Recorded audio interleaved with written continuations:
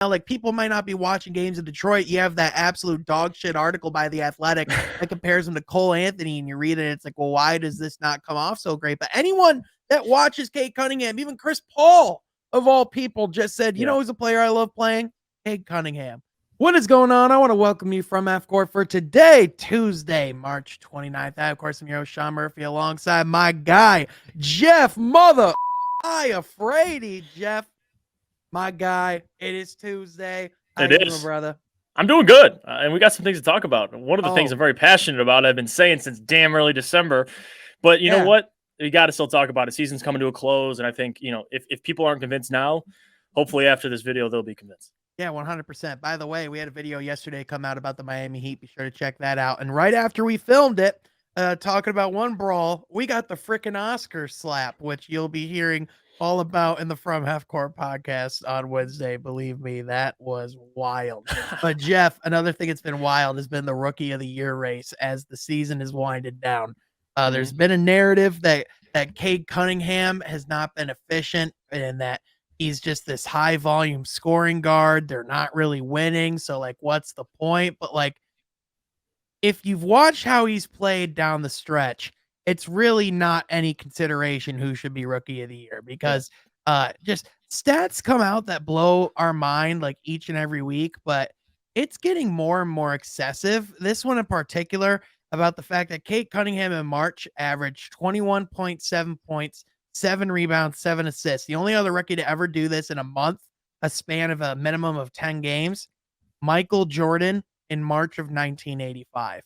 If you're doing things in your rookie year that have only been matched by the GOAT, Michael Jordan, who was an amazing rookie, one of the best players in the world when he was a rookie, that's just insane.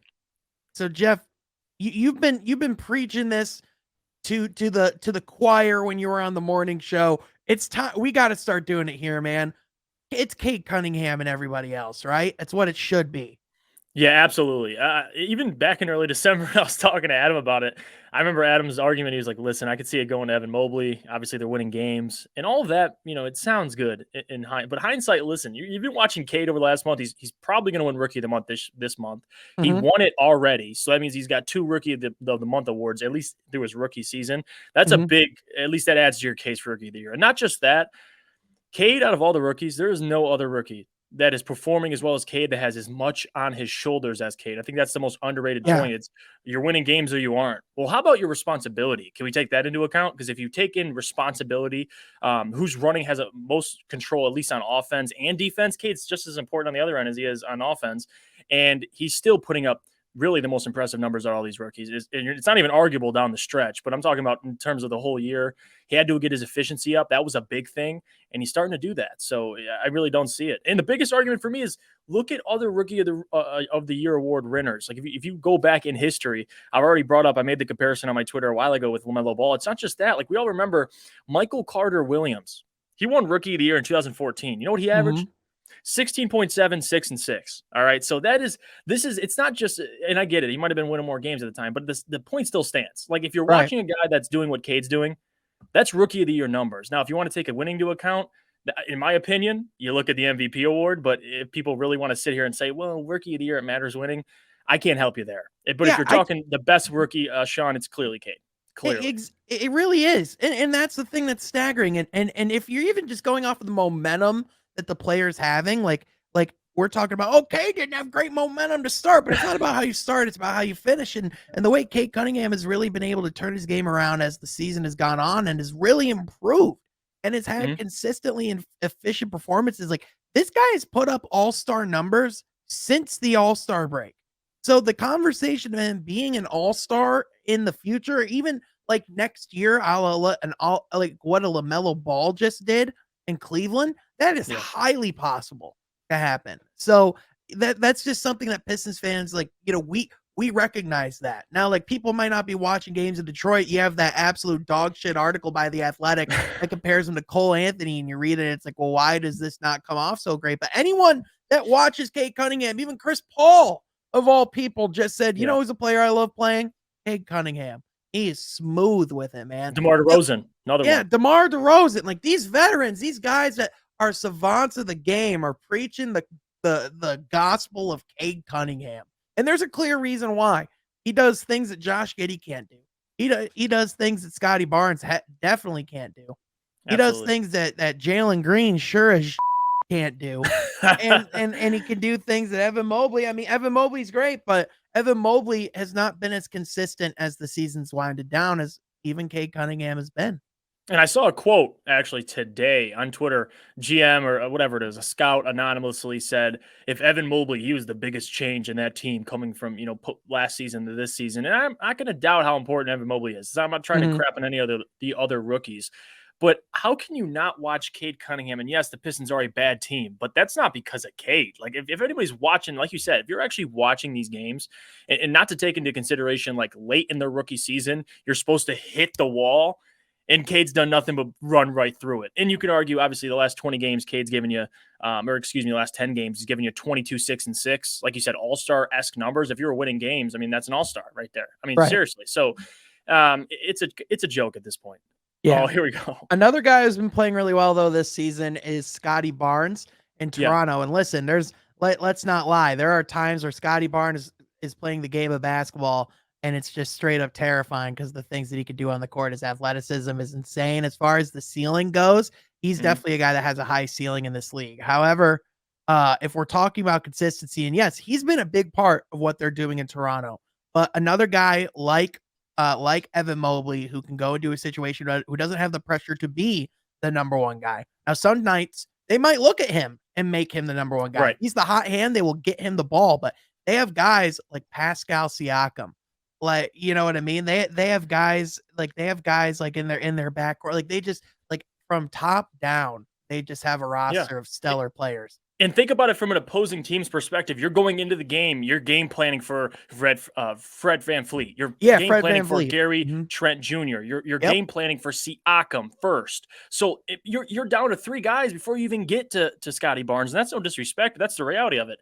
If you're playing the Cavaliers before Sexton went down, I would have went easily. You're getting Garland, Sexton. You can even now they have other guys on the perimeter. They have Lauri Markkanen. They have Kevin Love still coming off the bench. Like nobody likes to talk about that. If you're playing the Pistons.